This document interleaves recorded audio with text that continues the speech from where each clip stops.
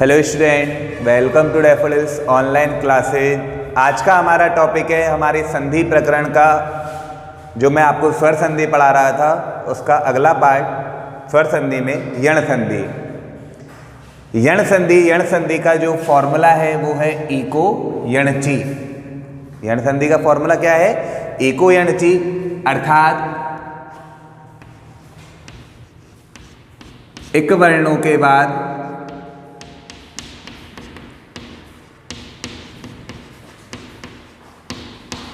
इक वर्णों के बाद अच वर्ण आने पर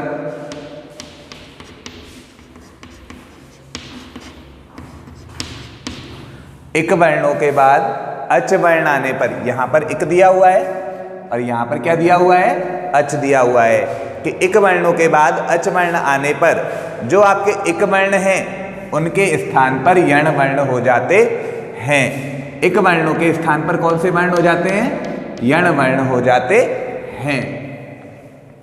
तो ये थी आपकी फॉर्मूले के अकॉर्डिंग डेफिनेशन। अब सिंपल लैंग्वेज में आप इसे इस तरह से समझ सकते हैं कि जब ह्रस्व या दीर्घ ई, उ, री या लरी, यानी छोटी ई, बड़ी ई, छोटा उ, बड़ा उ, छोटी री और बड़ी री, लरी जैसा है वैसा का वैसा, इसके बाद कोई असमान स्वर आए।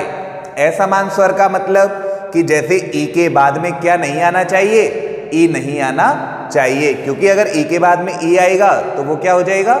समान हो जाएगा। ऊ के बाद में ऊ आएगा तो वो समान हो जाएगा, और री के बाद में री आएगा तो वो भी क्या हो जाएगा? समान हो जाएगा। तो इस तरह से क्या आना चाहिए? असमान स्वर आना चाहिए, जो कि मैंने आपके यहाँ पे लिखे हुए हैं कि जैसे ई या ई के बाद में, ई या ई के बाद में ए, आ, उ, बड़ा उ, री, बड़ी री, लरी, ए, ऐ, ओ, औ, इनमें से कोई सा किसी भी स्वर का प्रयोग किया जा सकता है, लेकिन बस ई या ई के बाद में ई या ई नहीं आना चाहिए। ठीक इसी तरह से उ या उ के बाद में ए, आ, छोटी ई, बड़ी ई, और इसके बाद में ऊ जो है वो नहीं आना चाहिए। और बचे हुए 11 जो स्वर हैं आपके, उनमें से कोई सा भी स्वर आ सकता है। ठीक इसी तरह से री या री के लिए है कि कोई सा भी स्वर आ सकता है री या री के बाद में, लेकिन री या री के बाद में री या री नहीं आना चाहिए। इसी प्रकार लरी में है कि लरी के बाद में लरी नहीं आना चाहिए और कोई भी स्वर आ सकता है। तो ये जो सभी स्वर है हमारे, वो सारे स्वर क्या हैं? असमान स्वर। ये सारे स्वर कैसे हैं? असमान स्वर, क्योंकि इनके बाद में ये स्वर आने चाहिए, बस ये वाले जो स्वर हैं वो नहीं आने चाहिए। तो अगर कोई असमान स्वर आए तो ई, उ, री और लरी के स्थान पर क्रमशः ये, वे, रे और ले हो जाता है। जैसा कि मैंने यहां लिखा हुआ है कि अगर ई या ई के बाद इनमें से कोई भी स्वर आए तो ई या ई जो है इसके स्थान पर आधा यह हो जाता है। यह जो है वो कैसा हो जाएगा? आधा हो जाएगा। उ या उ के बाद में कोई भी स्वर आए, बस उ या उ नहीं आए तो उसके स्थान पर क्या हो जाएगा? आधा वह हो जाएगा। ठीक इसी प्रकार री या री के बाद कोई भी स्वर आए, बस री या री नहीं आना चाहिए, तो क्या हो जाएगा? री या री के स्थान पर रे हो जाएगा। ठीक इसी तरह से लरी के स्थान पर क्या हो जाएगा? ले हो जाएगा। आगे मैंने इसमें लिखा हुआ है कि असमान स्वर वैसा ही रहता है, अर्थात जो आपके ये, वे, रे और ले जो हुए हैं वो सिर्फ इन वर्णों के स्थान पर हुए हैं। ये जो हमारे वर्ण दिए हुए हैं बस इन्हीं वर्णों के स्थान पर ये, वे, रे, ले हुए हैं। जो असमान स्वर बाद में आए हैं वो असमान स्वर वैसे ही रहते हैं। असमान स्वर वैसे ही रहते हैं, उनमें कोई परिवर्तन नहीं होता। जैसे कि मैंने यहां पर कुछ एग्जाम्पल्स लिखे हुए हैं। एक एग्जाम्पल लिया मैंने प्रत्येकम। प्रत्येकम का जो संधि विच्छेद है वो है प्रति प्लस एकम।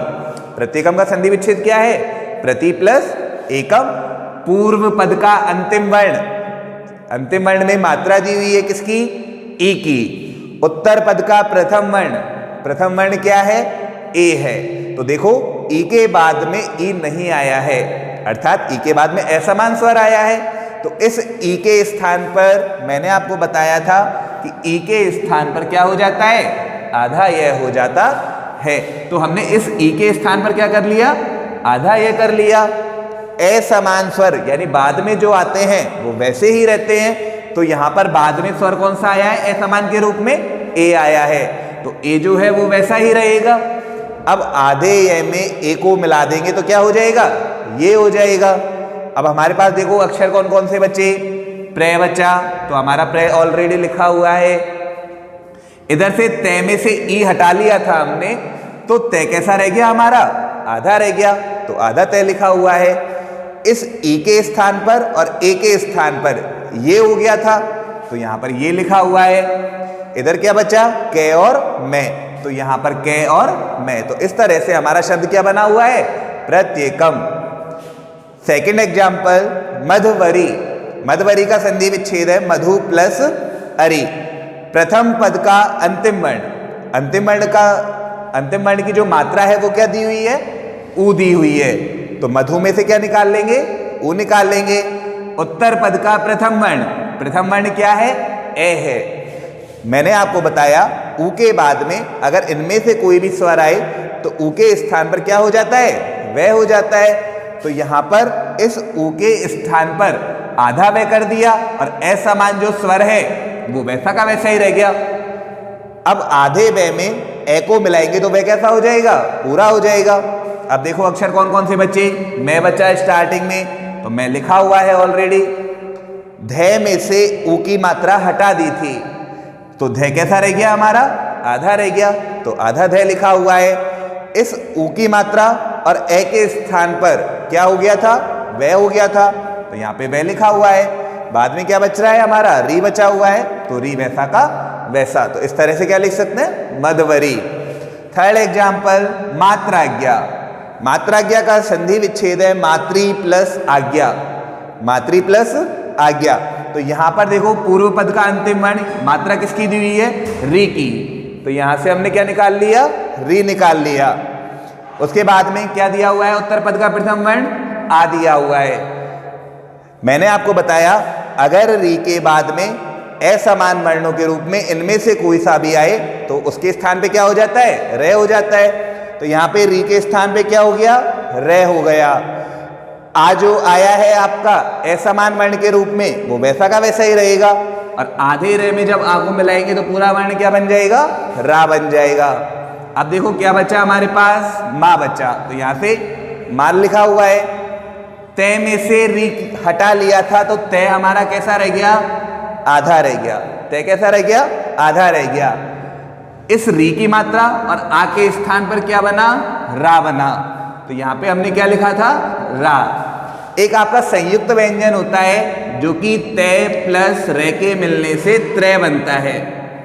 संयुक्त व्यंजन में तय प्लस रे के मिलने से क्या बनता है, त्रय बनता है। अब हमारे पास तय के बाद में रे है, लेकिन रे में क्या दिया हुआ है, आ की मात्रा, तो वो क्या बनेगा हमारा पूरा त्रा बनेगा। तो इस तरह से यहाँ पे क्या लिखा हुआ है, त्रा लिखा हुआ है। और बाद में आ हटाने के बाद में क्या बचा, ज्ञा बचा, तो यहाँ पे ज्ञा लिखा हुआ है, मात्रा ज्ञा।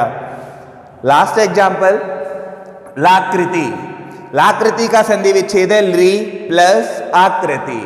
यहां पर आप देखो पूर्व पद का आपका अंतिम वर्ण जो है लृ दिया हुआ है, तो यहां हम लृ संस्कृत में एक स्वर होता है, तो यहां से रे ऋषि वाला नहीं निकालकर बल्कि क्या निकाल लेंगे, पूरा लृ ही निकाल लेंगे।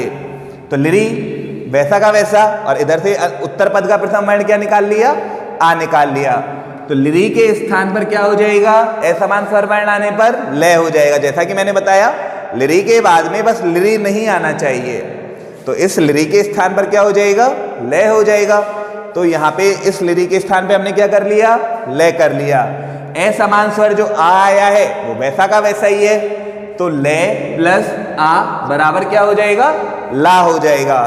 अब हमारे पास देखो लृ और आ दोनों ही हटा लिए थे, दोनों के स्थान पर क्या हुआ था, ला हुआ था, तो हमने ला लिख दिया है। इसके बाद में आपके पास इधर क्या बचा, क्री और ती, तो यहां पे हमने क्या लिखा हुआ है, क्री और ती, तो लाकृति। तो इस तरह से स्टूडेंट आप यण संधि के एग्जाम्पल्स को कर सकते हैं। आपके। तो स्टूडेंट इस तरह से आप यण संधि के एग्जाम्पल्स सॉल्व कर सकते हो। आपकी बुक में काफ़ी सारे एग्जाम्पल्स दिए हुए हैं जिन्हें आप आसानी से सॉल्व कर सकते हो इस नियम के अनुसार। अगर कहीं कोई प्रॉब्लम आए तो आप वो मेरे से डिस्कस कर सकते हो। Thank you student.